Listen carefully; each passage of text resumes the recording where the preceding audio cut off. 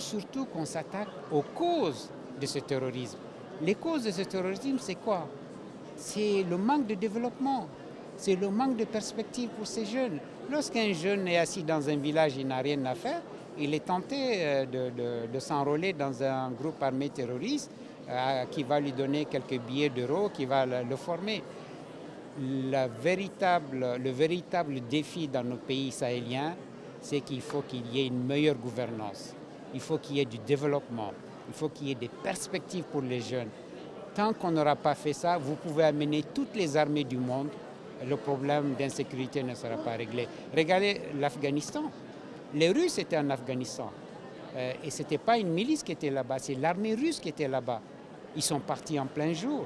Les Américains les ont remplacés. Ils ont fait 20 ans. C'est la première puissance militaire au monde. Ils sont partis en plein jour. On ne règle pas ce genre de problème avec des armes. Oui, l'arme à un moment est nécessaire, mais c'est juste pour ouvrir la voie au dialogue, pour trouver les solutions aux vrais problèmes, qui sont des problèmes de non-développement. Tant que nous serons dans cette pauvreté, tant que nos jeunes manqueront de perspectives, d'emploi, de considération, de formation, le terrorisme va continuer à se développer dans nos pays. Alors moi, mon message n'a pas changé depuis 2012. En 2012, c'était un appel à la communauté internationale parce que le Mali était menacé dans son intégrité. Aujourd'hui, le Mali l'est encore plus. Donc mon message n'a pas changé. Ce que je veux dire, moi, à la communauté internationale, aux Maliens, aux Africains et aux Français, c'est que ce combat est un combat commun que nous devons mener et qu'il faut qu'on arrête ces guerres d'ego stériles qui justement nuisent aux populations civiles parce qu'aujourd'hui, ce sont les populations civiles qui meurent. Pour moi, quelle est la question?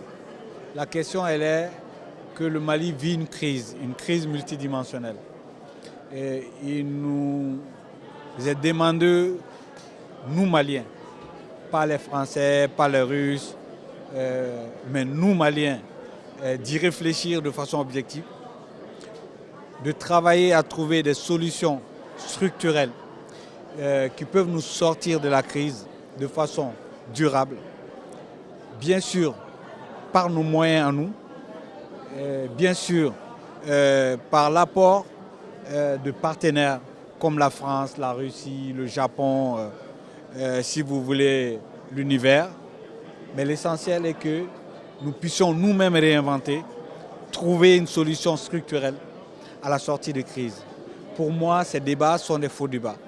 Pour moi, ces débats, ce sont de petits jeux. L'essentiel est que nous réfléchissions à trouver des solutions structurelles à la crise multidimensionnelle malienne.